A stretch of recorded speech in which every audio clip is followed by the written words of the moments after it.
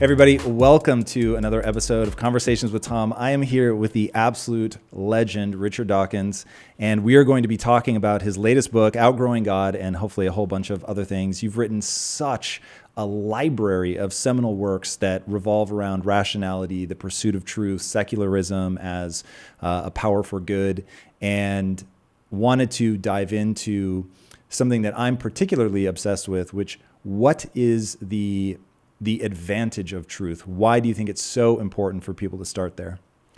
From an evolutionary point of view, I think that truth probably helped you to survive. I mean, you need a realistic assessment of where the lions are, where the waterhole is, and all that kind of thing in our ancestral past. Today, I think it's perhaps even more important, where we're actually assailed by political leaders who believe in alternative truth, where they actually want to distort truth for their own purposes. So I think that truth is the biggest weapon against demagogues, and demagogues are one of the things we have to deal with today. So in a world where truth is routinely distorted, where you get social media rabbit holes where people can create that sort of echo chamber around themselves, how do people, because I don't know that everybody ends up there on purpose, to be quite frank. So how do you recommend people approach thought or thinking, or to make sure that they are on a path of rationality? I fear we all, to some extent, are susceptible to the echo chamber effect, and it's a thing we need to fight against, and I try to fight against it. Well, believe in evidence, believe in rationality. The organization that I'm a part of, which is the Center for Inquiry, which has merged with my own foundation, the Richard Dawkins Foundation, is all about rationality, all about skepticism, all about testing propositions for their truth. And so we have, for example, a lawsuit at the moment against homeopathy, which not only doesn't work, but cannot work. Define homeopathy. Okay, this is the pseudo-medical belief, it goes back quite a long way, that the way you treat a disease is by, or a problem, is by giving a very, very small dose of whatever the offending thing is. And by very, very small dose, I mean very, very, very small. I mean, they dilute and dilute and dilute and dilute and dilute, so much so that I think James Randi once calculated that they think that the more you dilute it, the more effective it becomes, which is crazy, obviously. And he calculated that for the most effective, according to them, homeopathic remedies, you would need a volume of water the size of the solar system with a single molecule of the active ingredient in it. And so that's homeopathy. And what our lawsuit is about is not to prevent people selling it, but to prevent people putting it on the same shelf as proper tested medicines. So you're looking for a remedy for a cough or a cold or whatever it is, and you look along the shelf and you see homeopathic remedies sitting right next door to proper remedies. And that's what we're fighting against. They must have a separate shelf called homeopathy, and preferably also called, by the way, this doesn't work. What is it about, because I find there's a certain type of person that's really drawn to that. What is it about human evolution that's led us to have what I will lovingly term the woo-woo gene, where there's just some people that really respond to a more mystical answer versus... It does seem to be, doesn't there? I mean, one of the things that's a bit depressing is that when people give up religion, they sometimes switch to woo-woo, as you say. It's as though they somehow can't quite divorce themselves from nonsense. I mean, what we want to do is to switch from all kinds of supernatural nonsense to rationality, evidence-based thinking, critical thinking. Is the notion of a God neuron real? Like, is there a region of the brain that, when faced with the supernatural, creates a neurochemical state where you feel that profound sense of awe and connection that people are chasing? I would hesitate to say a neuron. I mean, I think that human brains are susceptible in that kind of way. And I think it's one of the weaknesses of the human brain. Understandable, perhaps, but I wouldn't call it a single neuron. No. So, and I definitely say that more as just like when I step back and I look at this and I think, okay, as somebody who, one, full disclosure, I believe that a level of self-delusion is tied to happiness. So there is, like, I'll often tell people when I'm thinking about myself, I care necessarily less about what is true because I'm probably more likely to believe something negative. But because I want to succeed at a certain level, I'm obsessed with accurately identifying the world the way that it is and not the way that I wish it were be. So homeopathy is a great place to start because you're looking for a health-based outcome. And ultimately, health-based outcomes come down to you're either alive or you're dead. These are pretty like binary things. They're very serious consequences. So that to me is a really interesting place to start. So if you have somebody who they have a neurological state that they are chasing that I will, in a generous framing, I'll call awe. And I will say that awe is arguably one of the most profound and enjoyable states. So if when I'm presented with this notion of, hey, there's this magical way to take this compound, dilute it, and it becomes almost like a divine moment, some magical, mystical thing that I can't explain happens, and that speaks to that sense of like connection and wonder that I have, which it doesn't with me, but I'm just saying, like, if I were to guess at what makes people go for that instead of Tylenol or, you know, something that we know and can test and measure actually has an impact. Is the hope by shining a light on that, if it really is a real neurological phenomenon, is the hope that by shining a light on that, people can sort of talk themselves through it? Yes, I think I would make a contrast between, say, astrology and astronomy, where both of them tap into that feeling of awe that you describe. And when people talk about Jupiter moving into the second house of Aquarius or whatever it is, that has the same kind of frisson that you can get from talking about galaxies. And galaxies rotating and we moving around the galaxy. It's the same kind of frisson of awe that we get. But one of them is nonsense, and the other one is true and beautiful. Beautiful because it's true. And so we want to promote the astronomy and everything like that, like evolutionary biology, like geology, like physics. These are all wonderful because they're true, but they are wonderful. And the thought that you can actually understand the universe in which we are and why life arose where it did and why it developed in the way it did, that is absolutely wonderful. And to deprive children of that wonder is an act of wanton vandalism, cruelty. That is something I will very much agree with. Like when you stand on I don't know, even just stand somewhere where there's no light pollution and look up at the sky, and that sense of like seeing the sky for the first time and being so ridiculously small, was that to create that sense of wonder in the face of the real natural world? Was that the goal with something like Outgrowing God, which I know you aimed at a younger audience? Yes, very much so.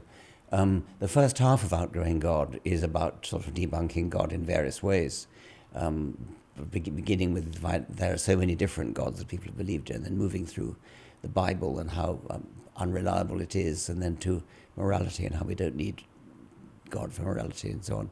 Then the second half of the book is about science, mostly evolution, because that's my subject, and also that's because that's probably the main reason why, from a scientific point of view, people do believe in God. They look at living things, they look at the complexity of living things, and they think, well, that has to be designed by some master engineer, some master designer.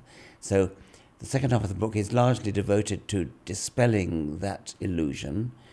And then the final chapter is about the more wondrous, deep questions of cosmology, the origin of physics, the origin of the laws of physics, what happened before the Big Bang, things like that. And the idea is taking courage from Darwin. Darwin solved the big problem in that field, which was explaining life. Because life really is, until you understand Darwinism, life is deeply mysterious. Darwin solved that, and that should give us the courage to realize that one day we will solve the other problems, like the origin of the laws of physics. Why is there something rather than nothing?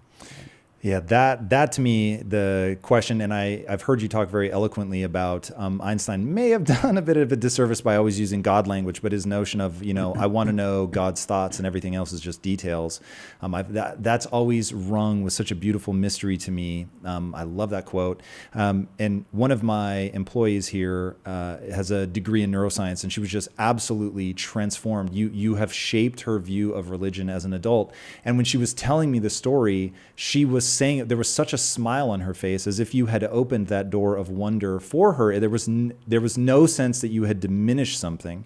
It felt like she had traded one thing in. Maybe that had served her very well when she was younger, whatever. But after encountering the ideas of that sort of pursuit of truth and opening yourself to the beauty of what is real, it was very obviously impactful for her. Is there something that you think particularly in this book or in any of your other books, like if you had one thing to tell somebody and you wanted to open that door of wonderment to the real world, the natural world, however you want to define it, what's that thing? What you say about her, of course, is music to my ears. That's wonderful to hear.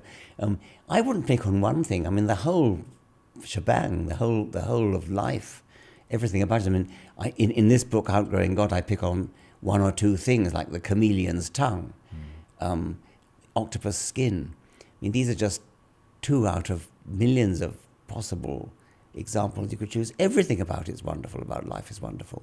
And in my other books, like The Blind Watchmaker, I picked on bat echo ranging, for example.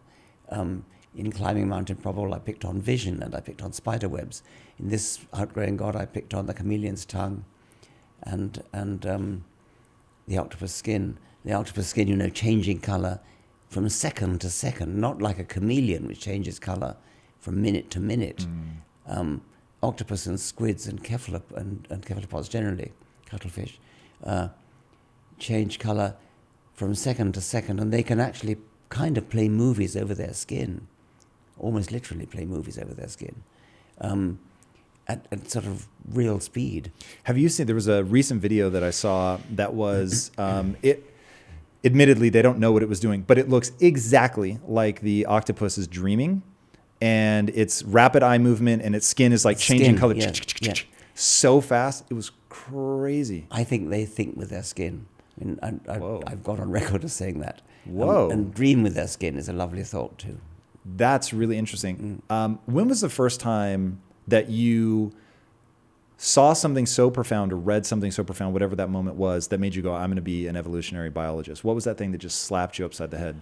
I don't think that happened to me. I think I had the other way around. I kind of got to Oxford and in my second year there started getting interested in the sort of philosophical questions. I don't think I ever had a kind of natural history. I do plenty now, but there wasn't one that hit me over the head when I was young and put me into that What field. are some of those things now? Oh gosh, well I just mentioned some of them. I mean, just things I put into my book. And what is it about that? So I will say, when I saw the octopus, the thing that freaked me out, and I would guess maybe this isn't what you were drawn to, but when I saw what looked like an octopus dreaming, I thought, oh my God, they're more human than we think.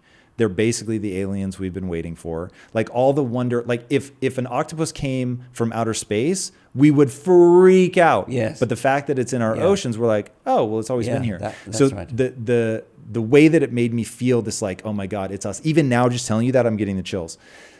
Is it the nature of evolution that when you see how complex it becomes that gives you from an awe? intellectual point of view, yes, but I mean, you're right about aliens. When I once went to a lecture by a man who was doing research on octopuses, and he began his lecture by saying, the thing is, these are the Martians. And that's right. I mean, they are very, very alien. And they seem to be very intelligent. I think we should give them the benefit of the doubt and assume that they probably do have feelings. I don't know if this is actually true, but I heard one time that it is illegal, where I don't know, but illegal to operate on an octopus without anesthetic because the assumption is that they're so highly developed. I would hope so. I mean, I would like to think that's true. That's true certainly in Britain. I think in America of vertebrates, and I think octopuses, cephalopods generally, have been admitted to that charm circle, whereas arthropods haven't. I think Yeah, that to me is deeply fascinating. So, what do you say when the blind watchmaker, I think, makes a really amazing. It gives an amazing example of how you get something so complicated, but yet leaves these telltale signs of things that are so obviously nonsensical. Yes. If you were thinking of intelligent design, walk people through that aren't familiar with the nerve that runs through the giraffe's neck. The laryngeal nerve, which all vertebrates have in one form or another. In our fish ancestors, the equivalent nerve went to one of the gills, and it passes posteriorly to a major blood vessel in the chest of, whatever you call it, of a fish.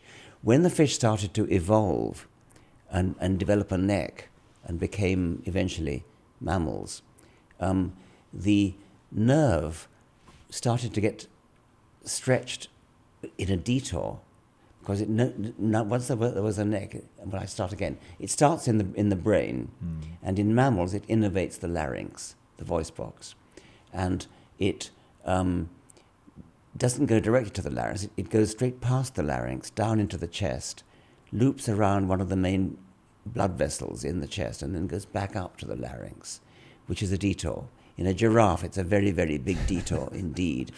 And the reason for it is history. As I was started to say, in our fish ancestors, that same nerve passed south of that equivalent blood vessel. So it wasn't a detour, it was the direct route. But when the neck started to grow longer, it became a detour. And it wasn't a very big detour to begin with, it was just a slight detour. And as it got longer in evolution, the marginal cost of each successive increment in the detour was slight. And so that it wasn't worth it to radically change the embryological process and jump the nerve over the blood vessel. That would have required a major rethink, so to speak, of the embryology. And so it just got longer and longer and longer and longer. And in the giraffe, as I said, it's absurdly long. So it's a wonderful example of how history explains what is obviously bad design. Yeah, that's it. What I love about that is when you think about how complex we are, the real temptation is to jump to, well, obviously there's thought behind this. Yes. It's so calculated. But when you start to see example after example like that, it really gets pretty fascinating. You don't really need that. I mean, it's a silly inference actually to say that it must have had a designer, because I think, as you said earlier, you've still got to explain where the designer came from, and so you haven't actually done anything when you said that there's a designer. It's a non-explanation. Yeah. What Darwin provided was a real explanation, which goes back to primeval ultimate simplicity, and then gradually increases the complexity over time. That's what you want, and that's what we've got. Do you have a mechanism, a metaphor that you use to really imagine time? I've heard you say, and I think this is so right, people just cannot conceive of how long a million There years are many. is. I mean, and they're all equally good, really. The one about making a clock be the whole of geological time. And humanity came on the scene 5 seconds before midnight, that kind of thing.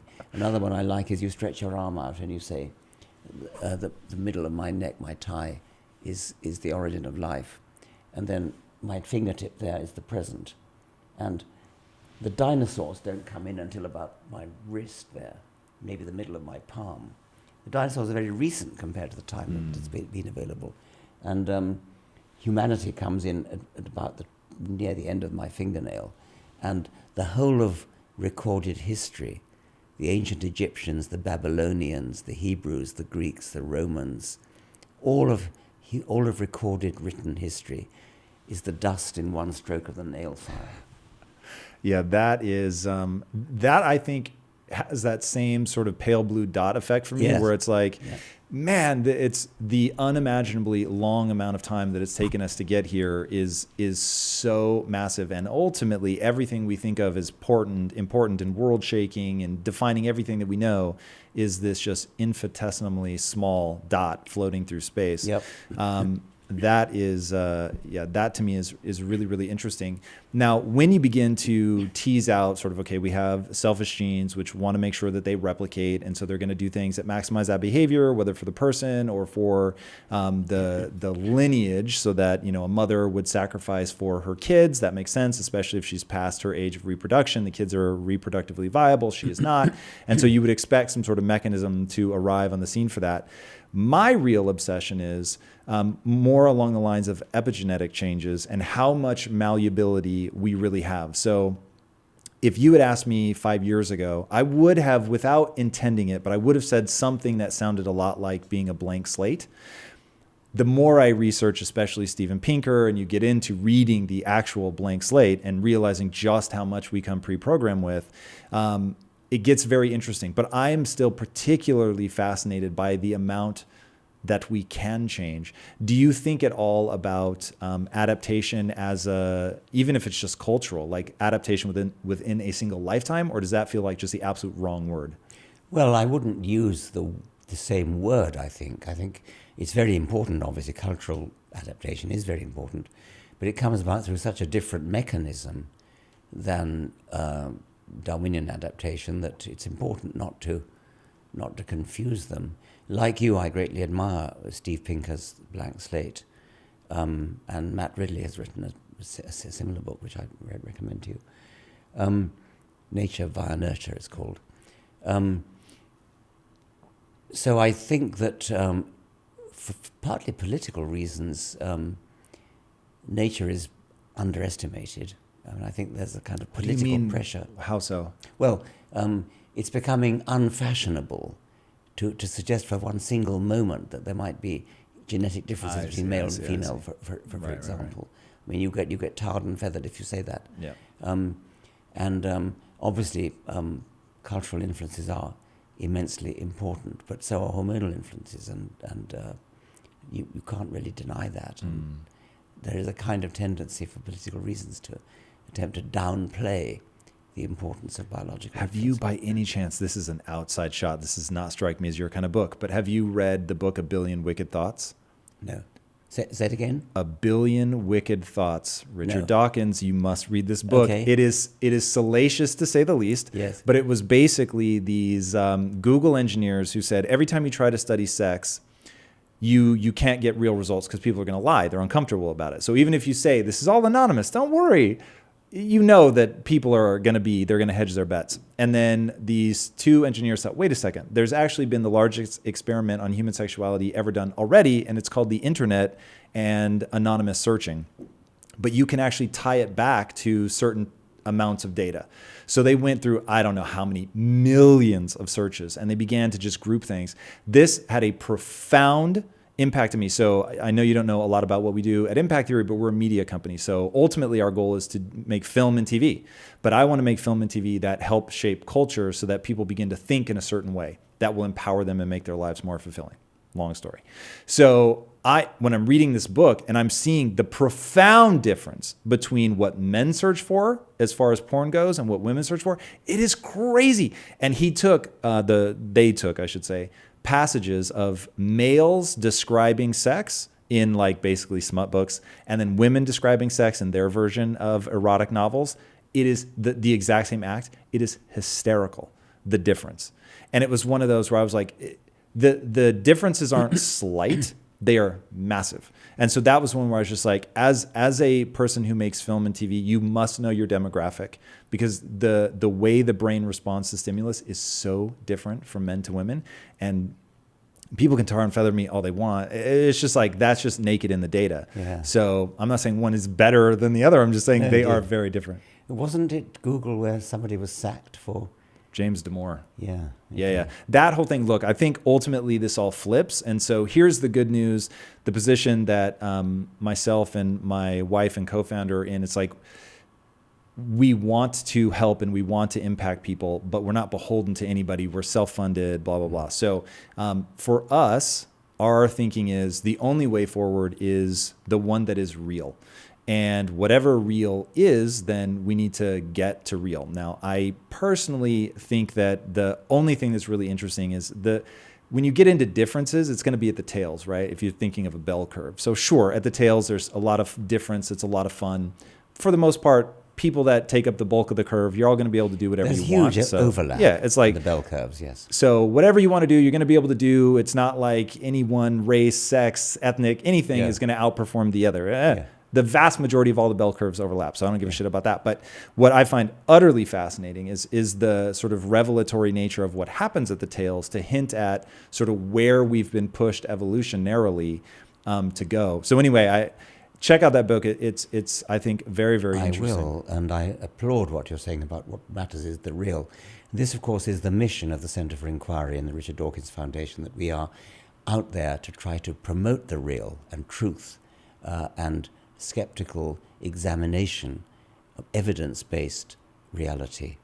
And it's a very, very important mission because, as I said earlier, we are living in a time where reality is being actively distorted, and it's very important to counteract that. So what's interesting to me is I think some of that distortion falls in line with what you call conjurers, what I'll call magicians or mentalists. Darren Brown impacted me so dramatically, and for a UK audience, they will know instantly who that is. For an American audience, he's sort of, there isn't really an exact correlate because he's a mentalist, so he's not doing card tricks, but he's using similar things.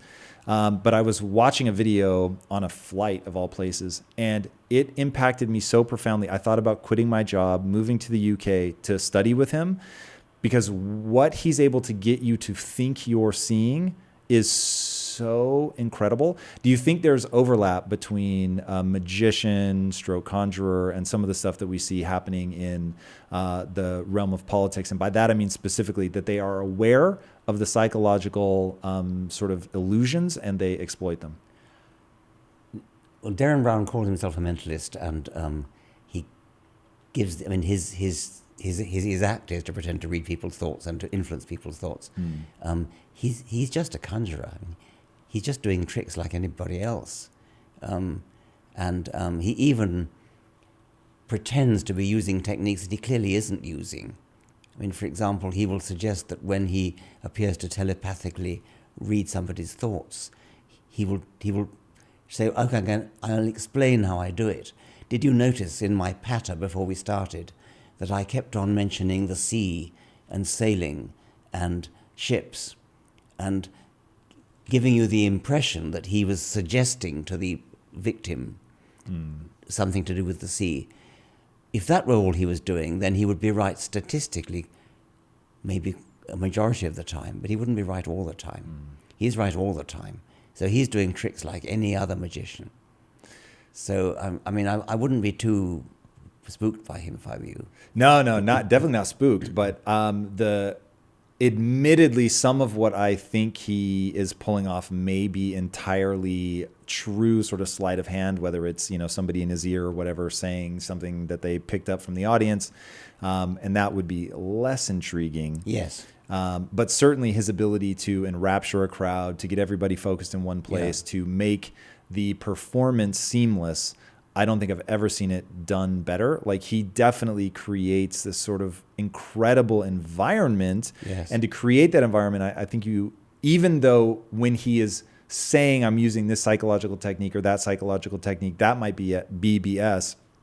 I think he really does understand psychology well enough to control a crowd. Yeah. And that's where I think he gets really, really interesting. But I mean, what I think about he's a great conjurer, but then so is Jamie Ian Swiss, so is the amazing Randy, so Penn and Taylor. There are several of them. And what they make, the message I get from that is that what looks like a miracle isn't. And my emotion screams at me, this is a miracle, it's got to be a miracle. But it's not. And the same thing, I generalize that to the big problems, like, are you really asking me to believe that the universe started as a random quantum fluctuation and then grew up through inflation and things? That seems, I can't believe that. That's incredible. You cannot be serious. No, that's exactly my reaction to a great conjurer. And that's only a trick. Well, in the same way, the universe starting from a random quantum fluctuation and nothing annihilating itself and becoming something, whatever it is, that's equally hard to believe. And the fact that conjurers can fool you gives me the confidence to say, because that's a trick, and there really is a scientific explanation for that, we should not lose confidence in the ability to explain the origin of the universe by science. I'm not saying that's a trick, of course I'm not, that's another matter entirely. But our instinctive incredulity is something we should strive and struggle to overcome. Your laundry list of extraordinary books point at a life mission that you then echo precisely on your website. You just come out and flat say, like, I'm trying to bring the world to rationality and a more secular understanding so that we can move forward in a way that's productive. Is there, and so your life mission, that becomes very understandable. Is there a way that you think the specific things that you touch on from an evolutionary biological perspective become usable in somebody's day-to-day life? So take me, I'm not an evolutionary biologist, but I use these things tremendously. Like when I think about demographics and I think about telling a story, I need to understand the differences in my audience, where somebody is developmentally when they're a child, where they are as an adult, where they are as a male, as a female. To understand that, and I have found that putting that in an evolutionary context has been tremendously helpful, and even just understanding my own emotions, where they come from, why I should or shouldn't listen to them. What are things that you want people to take away in their daily life?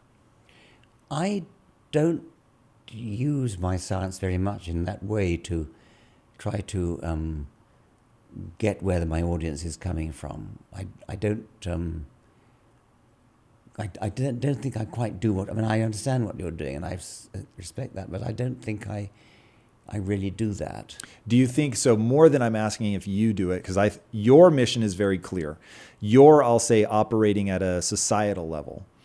And now I'm asking at a personal level. So if somebody reads your books, let's say they read all of them, do you think that there's an amalgamation of information there that allows them to steer their own life instead of just trying to steer society?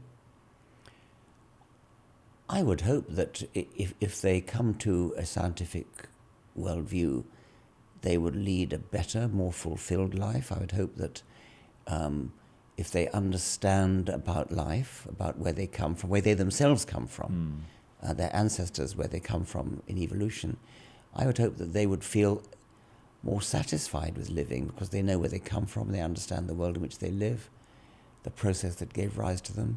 That's what I would want to achieve. I think that somebody who dies without ever knowing why they were born in the first place has died deprived of something important. Do you think there is a why, or do we decide that why? There is a what? You said if somebody dies without knowing why they were born. By why I simply meant the causal chain that led to their existence. I didn't mean a purpose. Gotcha. Yeah. I don't use the language of purpose. No. Yeah. If somebody were to ask you what's the meaning of life, what would you say? Well, I would say on the one hand, the meaning of life is propagation of your selfish genes. On the other hand, I would say you make your own meaning, and we all do that, and we lead a better life if we develop something important. I mean, if in your case you have a media company, and that's very fulfilling. In my case, I write books and give lectures. That's very fulfilling. Somebody else writes music or plays music. There are all sorts of ways you can give meaning to your life, your personal relationships, your love for your spouse and your children, etc. These all give meaning to life. Do you look at that any differently? Like knowing the evolutionary biological reasons for love? I know that you've had a long-lasting marriage. Not really. No, I don't think I think I just behave like a human being in that respect. And just go through, feel it. It's interesting because the reason that I asked my earlier question is, for me, I have needed to be able to visualize the process. Once I could understand, like I'll even just put it in evolutionary terms. Once I understood evolutionarily what was going on, why emotions were arising the way that they were arising, why my brain was developed in sort of this tri-layered thing, that there's, basically your lizard brain, your mammalian brain, your neocortex. Once I could understand all of that, I could go, oh, I see, like this fear response that I'm having, I don't need to just act in accordance with it. I can actually use my prefrontal cortex to interrupt the signal. I can use what I call physiological hooks, so breathing from your diaphragm, which I'd actually love to know if you know why that works so well. But breathing from your diaphragm when you're meditating instantly begins to shift you out of fight or flight and into the parasympathetic. And so as I began to think of myself as a biological system, the doors of the universe opened to me. And so one of the weirdest episodes I ever did of Conversations with Tom, the show that we're doing right now, I got into this like two ships passing in the night. The other person that I was talking to was just convinced there was like a mystical thing. And I was just like, dude, we're biological material. Phineas Gage, I'm sure. And so Phineas Gage, railroad spike through his head, never the same after it. I'm like, the notion that there's some part of me that survives beyond my soul, or that is in any way different than the sum total of my biology, is crazy. And so once I understood, I'm a biological machine, but I have, even if Sam Harris is right and that my free will is a total delusion, I feel like a rider on an elephant. Exactly. Yeah. No, I agree with that. And of course, the Phineas Gage type evidence means there's no question about it. We are nothing but our brains. But nevertheless, when you're in love, it doesn't diminish from it that you know it's just brain stuff and hormones that's going on. It's still an intense emotion. Yeah, I think that is arguably the most important thing that somebody could derive from your work. Is you go into the biology, you talk about the evolution, you look plainly at whether religion is likely to be true or not, but I feel like you hand people an entryway to a universe of just unimaginable beauty. Yes. Talk a little bit about The Greatest Show on Earth. This is my book on the evidence for evolution. It's the full quote is, "The greatest show on earth, the only game in town," which was, I think, a circus thing. So it really is just simply laying out why we know that Darwinian evolution is true, and so it goes through all the evidence, yes, one of the books I'm proud of. And what is it that is so awe-inspiring in that you called it The Greatest Show? But the product of the only game in town is the immense diversity of life, the complexity of life, the elegance of it, the profoundly convincing illusion of design, the sheer beauty of it. That is all produced by a very, very simple physical process. And so it is the only game in town, and the product is the greatest show on earth. And as somebody who, I'm assuming you believe when we die, it's essentially like a light switch, you're just out and it's done. How does that influence how you think about living? It makes me want to live life to the full and to encourage other people to do the same. It's the only life we've got. So let's live it to the full, and let's leave the world a better place than we found it. I think that is a perfect place to wrap up. Richard, thank you so much for coming on the show, man. I have been blown away by your work for years. And I'm just grateful that you put it out there. And I know that at times it is maybe a little tumultuous, but I respect that you just keep going, man. So thank you very much for everything indeed. you've done. It was an honor to have you on the show. Great, all right, everybody, that's it. You should follow this man. You should read all of his books. You can go to richarddawkins.net. You can learn more about his campaign to change the world for the better there. But drop his name into Amazon. You will get a laundry list of extraordinary books. I recommend them all. All right, everybody, peace out. Thank you. Thank you, man.